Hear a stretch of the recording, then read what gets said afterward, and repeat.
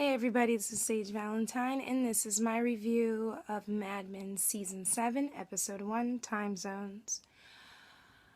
What can I say about this episode? We find out that, Peggy has moved up into a new job. I think she's, a head of accounts, maybe. Some type of job that she moved up into. But the problem is she has to deal with a guy named Lou Avery who does not have a filter for the things that he says, and he's not here for her. He kind of seems like he doesn't like her, and he's not moved by her charms. And even though we as fans did not like the way that Don spoke to her, at least Don kind of acknowledged her as a person. It seems like Lou is just like telling her to do stuff, like he told her to bring 30 copies of like ideas, and when he wanted 2, then she brought 2, and he wanted something different. Like he's just basically playing with her. Meanwhile, Peggy is dealing with her feelings for Ted Keogh, even though she stopped, having sex with him, messing around with him. She's single again. She's still living in her old building. She's dealing with this tenant who is mad because her toilet is stopped up because apparently she's flushing down either pads or tampons. And the tenant is just very rude, sends her son down to reprimand Peggy. And Peggy can't understand him because I guess the woman speaks in a different language. She's just not happy. Not happy at all. Then we meet Don, who is bi-coastal. He works in both with California with Pete Campbell. And then he works at the agency in New York. And he really has no place because he's become the new Freddie Rumsen. And I'm thinking more along the lines of it being because of his age. Because remember, Freddie Rumsen, if you watch the first couple seasons, Freddie was the older guy. Like, he's still present this season, but he's, like, settled into the fact that he's freelance. Meanwhile, Don, this is something new to Don, but everything's finally caught up with Don. So Don, for the most part, is just trying to deal with all of this, and it's taking a toll on him, as you can see. He goes to California to, talk with Pete, and Pete is happy. He's settled in. He has a new girlfriend who seems to have eyes for Don. Pete can't understand why Ted Keogh came out there to California, and he didn't have a good time. He didn't brown up. He get a tan. He didn't do anything. He just kind of stayed in the car and wrote copy. So, we get to Megan Draper. Something is going on with Megan. Maybe it's too early to call, but I think she may either be anorexic or bulimic trying to get these roles in California and Hollywood. Because she doesn't want Don to see her without her clothes on. She wants to brush her teeth. Before they kiss and have sex, she's lightheaded. Something weird is going on with her. Something strange. And then, like I said, Ted Keogh is unhappy. Joan is forced to, kind of like basically told to go sit with this really rude guy whose name I can't remember off of the top of my head.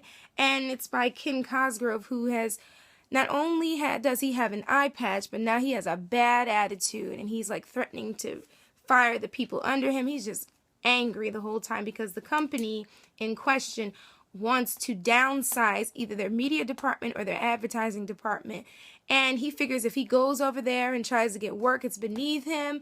But then he's mad because they're getting rid of him. He's just mad this entire episode. Roger Sterling, though, he's another character where everything is slowly catching up to him. Roger has a room full of naked women when we see him. He's naked. There's like drugs and cigarette butts and clothes and everything. The room is completely filthy. His daughter, Margaret, wants to meet up with him. So she meets with him.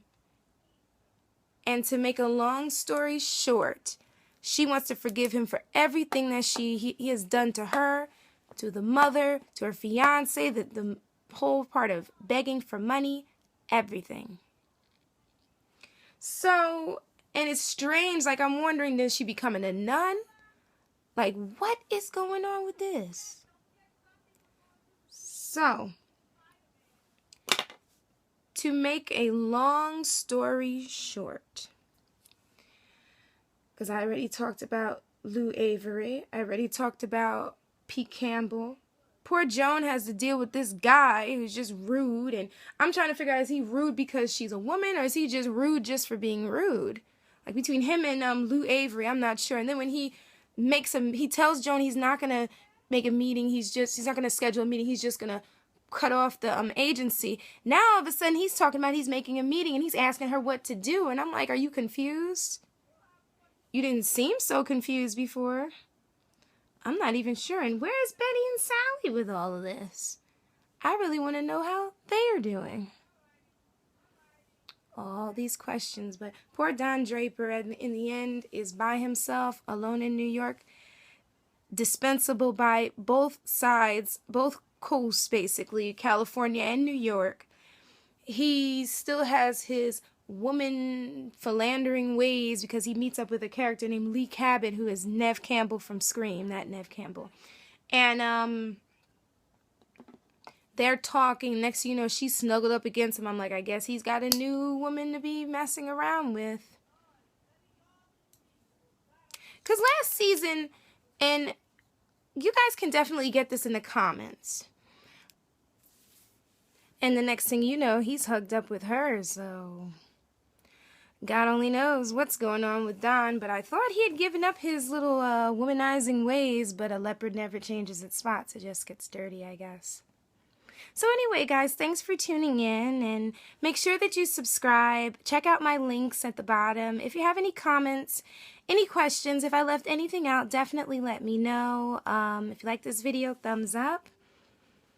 Check out my reviews for the following: Survivor, Hannibal, Believe, and my next review for Mad Men. As soon as I download it, I told you I was getting it legal. As soon as I download it again. So, Amazon really helps out here. So, anywho,